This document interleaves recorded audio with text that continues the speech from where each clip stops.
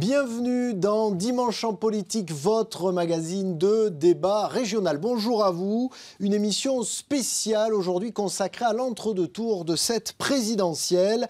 Le Pen-Macron, voici donc le duel annoncé. Nous reviendrons bien évidemment sur leur score ici en Midi-Pyrénées, 24,7 pour le candidat d'En Marche, 18,85 pour la candidate du Front National. Nous verrons aussi les bouleversements politiques qu'a entraîné ces résultats du premier tour dans notre région. Et puis nous analyserons également la campagne actuelle avant de nous projeter déjà vers les prochaines législatives. Alors à mes côtés, donc cette semaine, Laurent Dubois, notre journaliste politique. Bonjour à vous Laurent. Bonjour Patrick. Et puis pour constituer le trio, Fabrice Valéry, le rédacteur en chef de notre site web. Bonjour Fabrice. Bonjour Patrick. Alors avant de décrypter cet entre-deux-tours, ici dans notre région, une question, intéresse-t-il cet entre-deux-tours les Midi-Pyrénées? Vous êtes allé leur poser la question, Laurent, sur des images signées Olivier Denoun. On écoute.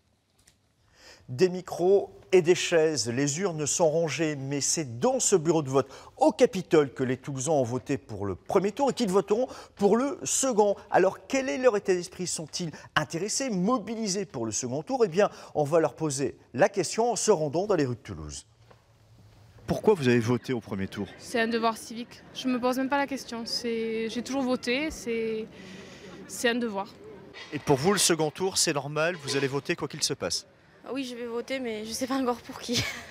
Au second, non, je ne vote pas du tout. Non, je ne me déplace pas, non. Parce qu'aucun des candidats ne correspond à mes convictions politiques. Je veux voter, c'est mon devoir. Je n'ai pas les deux candidats ne me conviennent pas.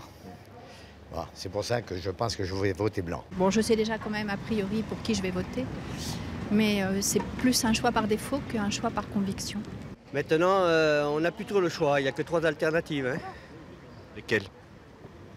Macron, Le Pen, Blanc, peut-être s'abstenir. Ça fait 4. Mais vous voterez? Moi, je voterai, oui.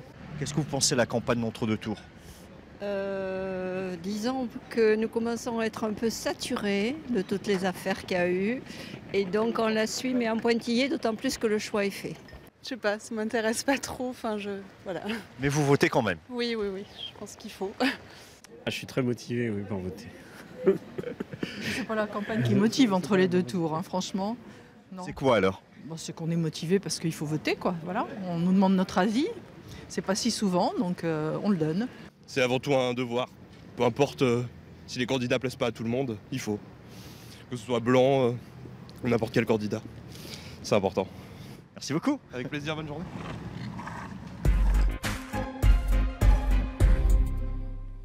Parmi les électeurs déçus et qui resteront peut-être chez eux dimanche prochain, discutons tout de suite des socialistes et de l'effondrement du PS dans notre région. On regarde son score, 7,4% en Midi-Pyrénées. Est-ce un cataclysme, messieurs ? La rose est non, pas simplement fanée, là, elle est complètement ratiboisée. Il ne reste plus que les épines. C'est un score historiquement bas. J'ai discuté peu après les résultats avec un socialiste historique de la région, un vieux militant, un vieil élu, il me disait « j'ai pas connu ça depuis le général de Gaulle ». Alors évidemment, tout n'est pas uniforme. Oui, tout n'est pas uniforme. D'ailleurs, quand on parle du général de Gaulle, c'est assez normal.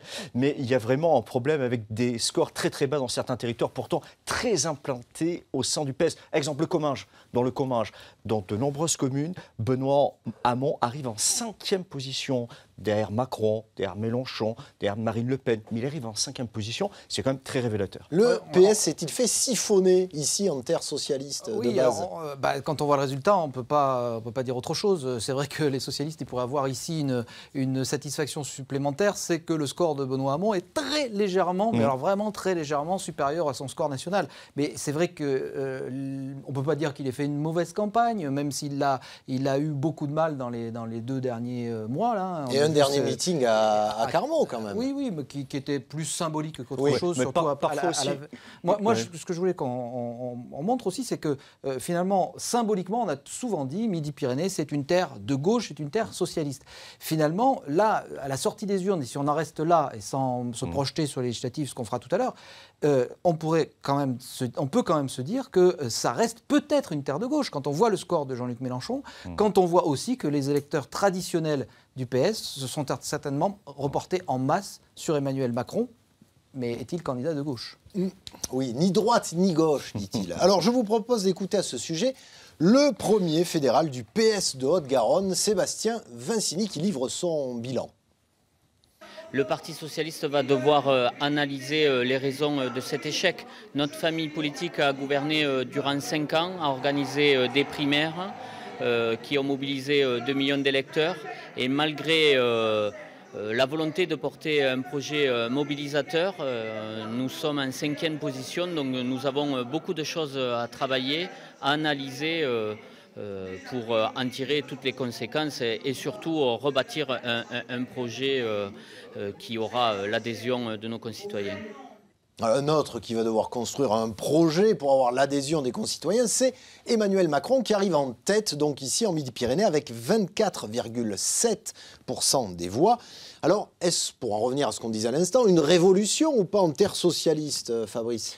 Déjà, on voit que dans certains lieux qui votent traditionnellement à gauche, le score d'Emmanuel Macron est important. C'est le cas, on l'a dit, sur la Haute-Garonne, mais c'est le cas dans le Lot aussi, qui est une terre traditionnellement socialiste. Et puis, une terre où il y a beaucoup de socialistes qui étaient passés chez Macron, comme on dit, depuis le début de la campagne. Oui, c'est assez révélateur parce qu'on dit souvent Macron, c'est vraiment un produit high-tech.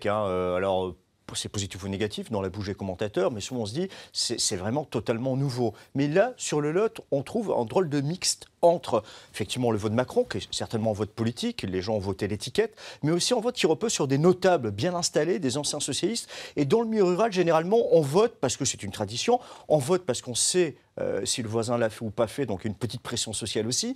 Et on se rend compte que dans le Lot, le vote Macron, c'est ce drôle d'ovni, d'un côté en vote nouveau, de l'autre en vote qui est assis sur les vieux mécanismes du vote en milieu rural tel qu'on le connaît depuis Napoléon III. Donc il serait faux de croire que le vote Macron se développe forcément dans les métropoles ou les grandes villes, on l'a vu, il est également présent en zone rurale. Alors, autre surprise de ce premier tour, ou peut-être une confirmation plutôt, les bons chiffres de Jean-Luc Mélenchon, 22,2%, même si ça ne suffit pas évidemment à le qualifier pour le second tour.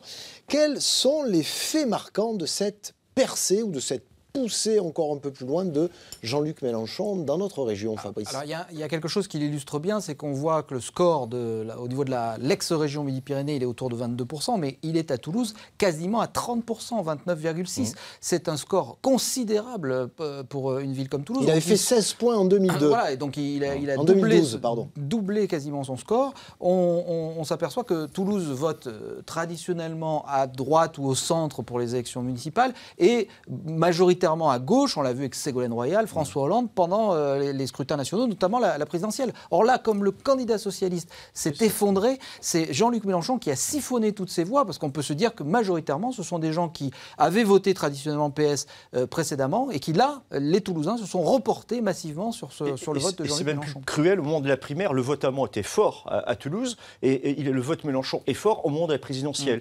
Il y a aussi un effet important, c'est du côté des quartiers populaires, Mirail ou autre, on a voté Mélenchon. Alors, pas de redressement civique, les gens ne sont pas précipités dans l'isoloir pour avoir une vraie mobilisation au Mirail dans les quartiers populaires. Il faut remonter au duel frontal Hollande-Sarkozy, parce que Sarkozy avait vraiment mobilisé. Il y avait un phénomène de rejet. Mais quand même, il y a aussi du côté de Mélenchon, il a de la gueule, il a de la niaque. Gros succès son meeting dans les prairies des Filtres. Bon, peut-être pas les 40 000 personnes annoncées par le staff. Mais en tout cas, plusieurs dizaines de milliers. Voilà, mais une nouvelle fois, il chute parce que belle campagne, mais score décevant. Rapidement, avant de parler du FN, également une percée de Mélenchon en ville, mais aussi dans les champs, notamment en Ariège. Alors, on a l'exemple de l'Ariège, on voit le score là, qui s'affiche, qui est assez impressionnant.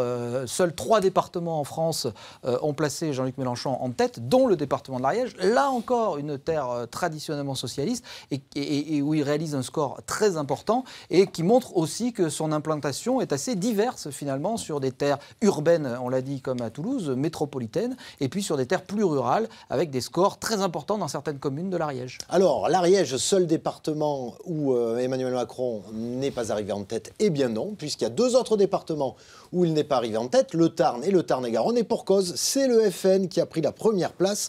Là aussi, un Front National qui confirme sa percée des régionales, Laurent, même s'il ne faut pas confondre Midi-Pyrénées et Languedoc-Roussillon. Regardez, 10 points d'écart pour le vote frontiste entre nos 2 anciennes régions. 18,8 ici en Midi-Pyrénées, 27,5 en Languedoc-Roussillon. Alors, simple confirmation des élections régionales, Laurent, ou il y aurait quelque chose d'autre ou de plus à dire? Non, il y a une confirmation, parce qu'effectivement, on est sur une pente ascendante, mais qui remonte à plus de 10 ans, municipal ou départemental, notamment dans le Tarn, où au départ, c'est un vote qui était très concentré sur le Mazamétain et Groyer, vote ouvrier, avec une terre d'immigration, et qui est descendu vers le Gaillacois, le Albicentre et même Tersac. Donc, c'est un vote qui s'est quelque part étendu. Mais ce qui est intéressant, c'est que dans certains coins, notamment dans le Tarn, Marine Le Pen arrive en tête, mais elle chute par rapport au municipal à Carmaux. Alors c'est intéressant parce que ça prouve que Marine Le Pen s'est un peu plantée sur sa campagne. Pourquoi les Carmozins ont voté FN au moment des municipales? Parce qu'on était en pleine phase de poussée fiscale de François Hollande et les petits retraités se faisaient matraquer parce que souvent certains basculaient dans l'impôt sur le revenu.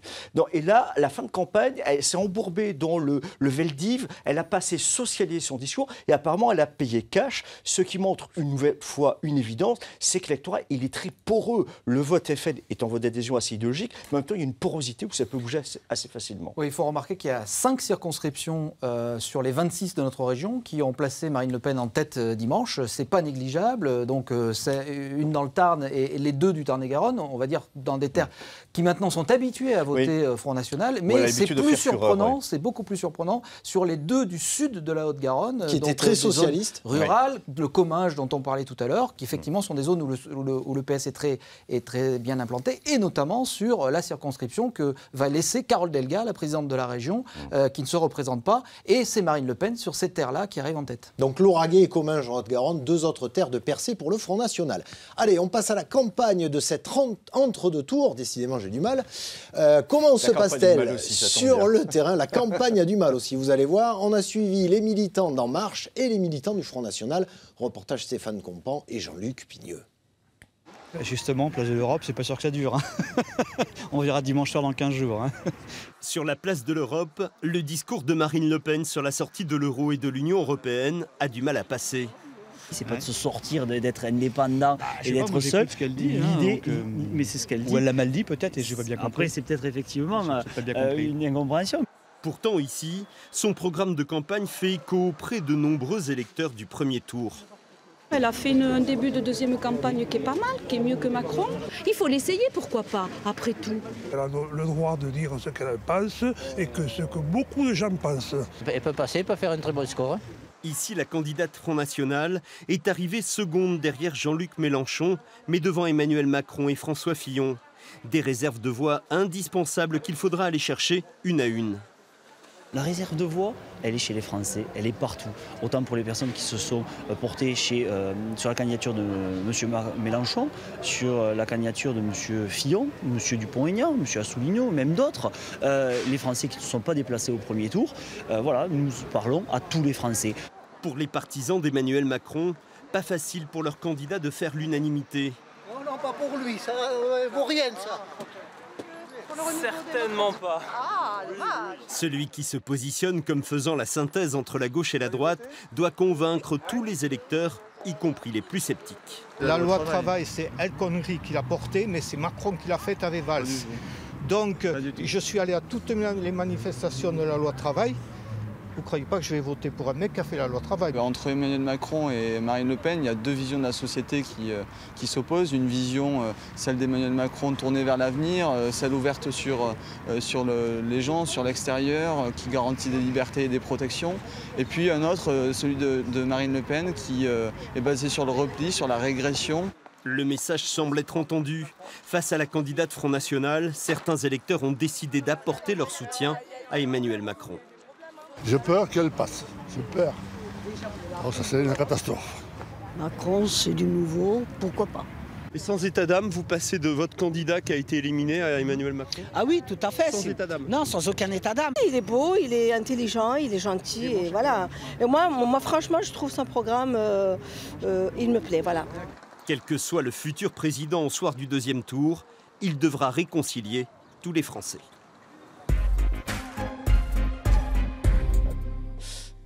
À réconcilier tous les Français, c'est beau, mais c'est pas gagné. Alors, est-ce que cet entre-deux tours n'est pas, avant tout, celui d'électeurs déboussolés, Laurent. Oui, bien sûr. D'abord, il n'y a pas de boussole idéologique et de repère depuis longtemps.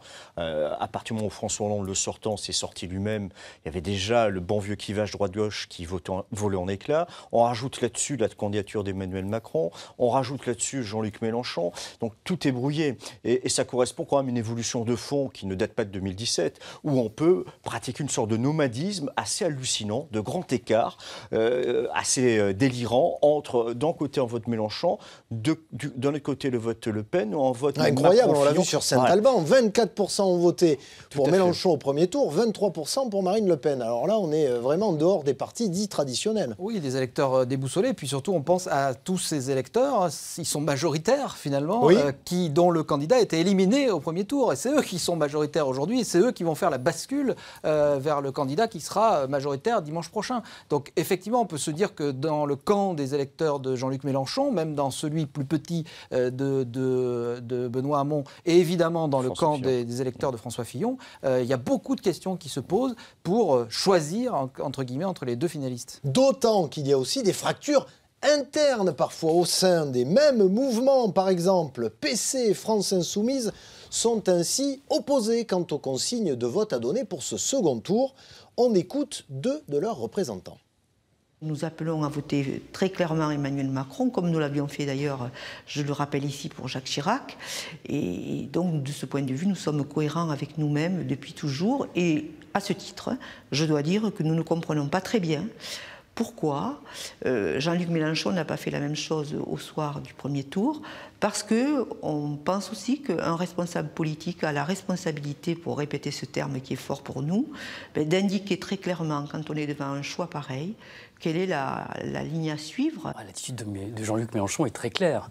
Nous sommes aujourd'hui la première force d'opposition de gauche dans ce pays et nous avons un message clair, c'est pas une voix sur le Front National. Et dans ce cas, il n'y a aucune raison pour que Marine Le Pen soit élue présidente de la République. Le deuxième message clair que nous avons, c'est de dire que nous ne ferons pas de carabistouille avec tous ceux qui aujourd'hui s'apprêtent à cohabiter avec M. Macron, qui s'apprête lui-même à engager une énième réforme des retraites et une deuxième réforme du Code du travail contre laquelle les syndicats et nous-mêmes serons sans doute dans la rue dans quelques mois.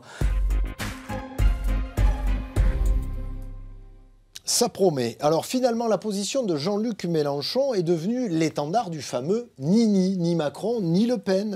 Est-ce que ça prend chez nous, ça, Fabrice Valéry ? Souvenez-vous, en 2002, quand les électeurs ont eu le choix entre Jean-Marie Le Pen et Jacques Chirac, il y a beaucoup d'électeurs de gauche qui disaient « moi, je vais aller voter en me bouchant le nez ». Voilà, ça voulait dire « moi, j'ai toujours voté à gauche, je me suis battu contre Chirac, mais il n'est pas question qu'on ait Jean-Marie Le Pen à l'Élysée ».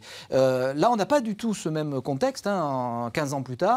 Et on a plutôt, effectivement, des gens qui s'interrogent, et notamment dans l'électorat de Jean-Luc Mélenchon, important, on l'a dit, à Toulouse notamment, mais dans la région, en France, des gens qui s'interrogent et qui se disent, mais finalement, quelle option choisir ?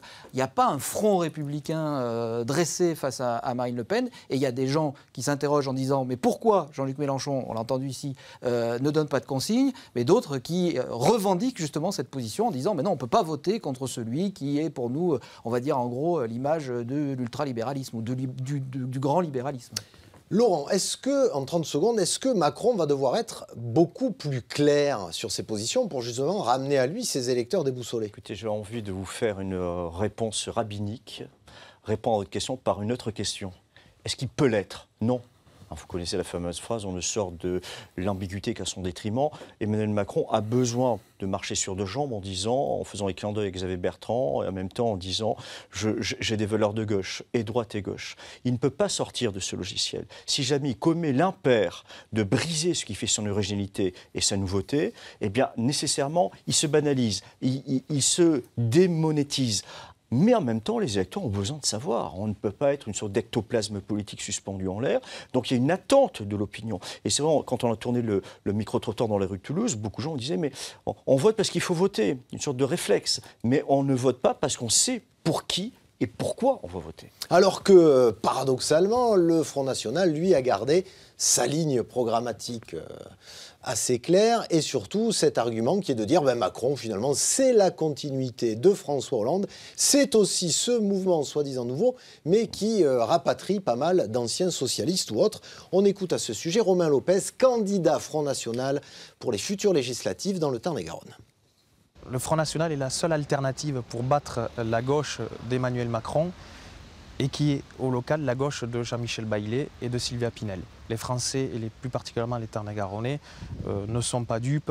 Derrière la candidature d'Emmanuel Macron, il y a tous les vieux classiques du Parti Socialiste et du PRG, ici incarnés par Sylvia Pinel et Jean-Michel Baillet, qui ont un bilan, qui sont comptables du bilan de François Hollande, qui est cataclysmique dans tous les domaines, aussi bien sur la sécurité, sur l'immigration, sur l'économie, et ils veulent tourner cette page, et ils le feront avec Marine Le Pen dans 2 semaines. Ils le feront peut-être aussi, nous l'espérons, aux législatives au mois de juin prochain. Plus facile politiquement cet entre-deux-tours pour le FN, Laurent ?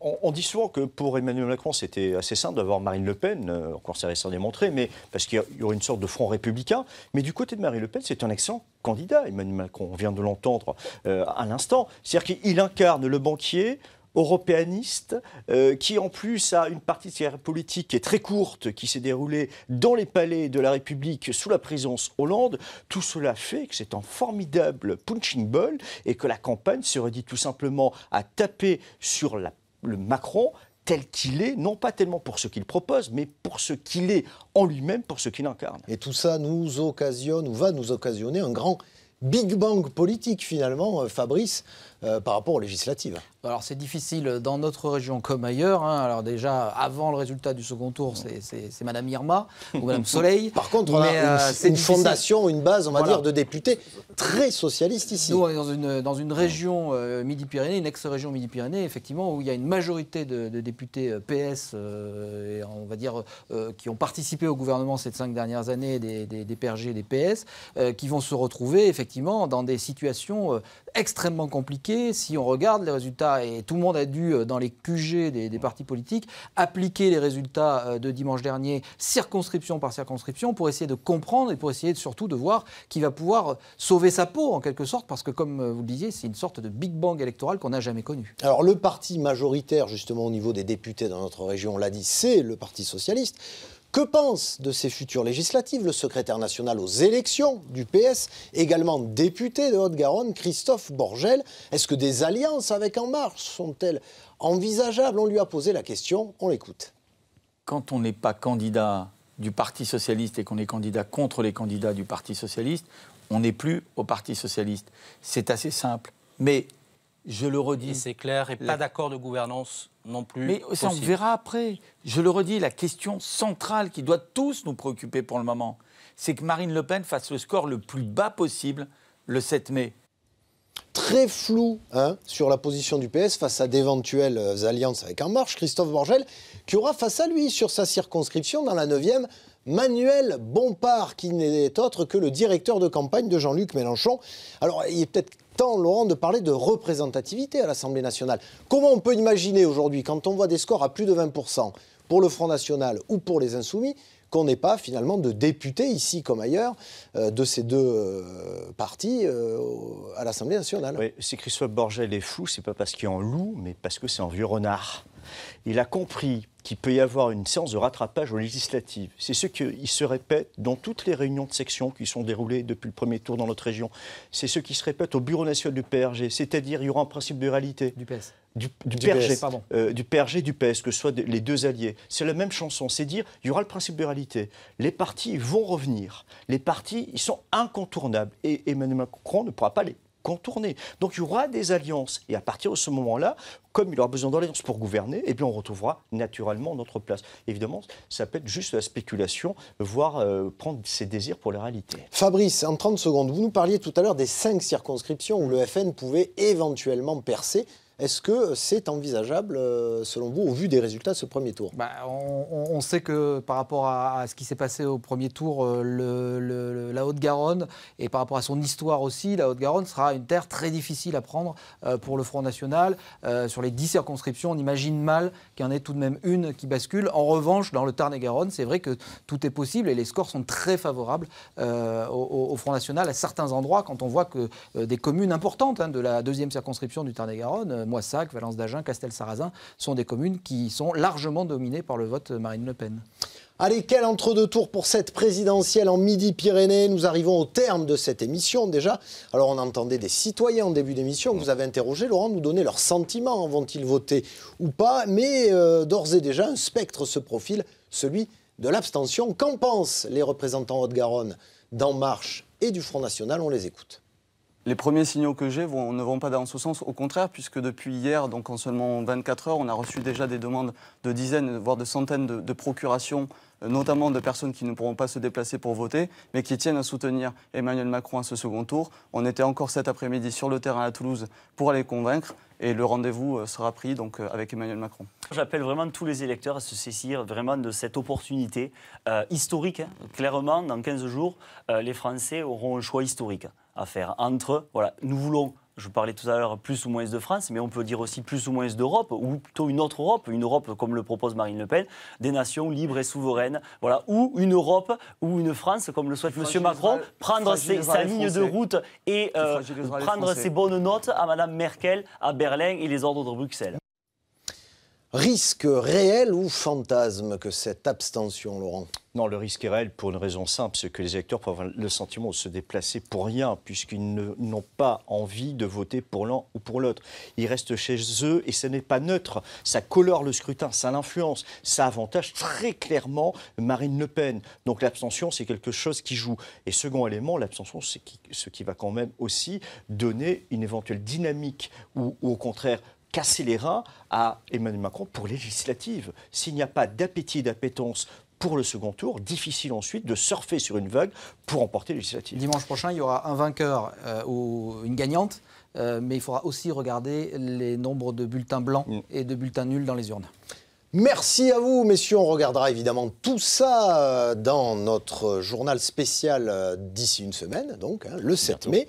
Merci à vous de nous avoir éclairés. Merci à vous de nous avoir suivis. L'actualité politique continue sur notre blog. Vous connaissez le blog politique. Quant à nous, jour de vote oblige, on ne se retrouve pas la semaine prochaine, mais on se retrouve demain à partir de 19h10 pour un nouveau débat entre représentants d'En Marche et du Front National. D'ici là, je vous souhaite une bonne fin de week-end.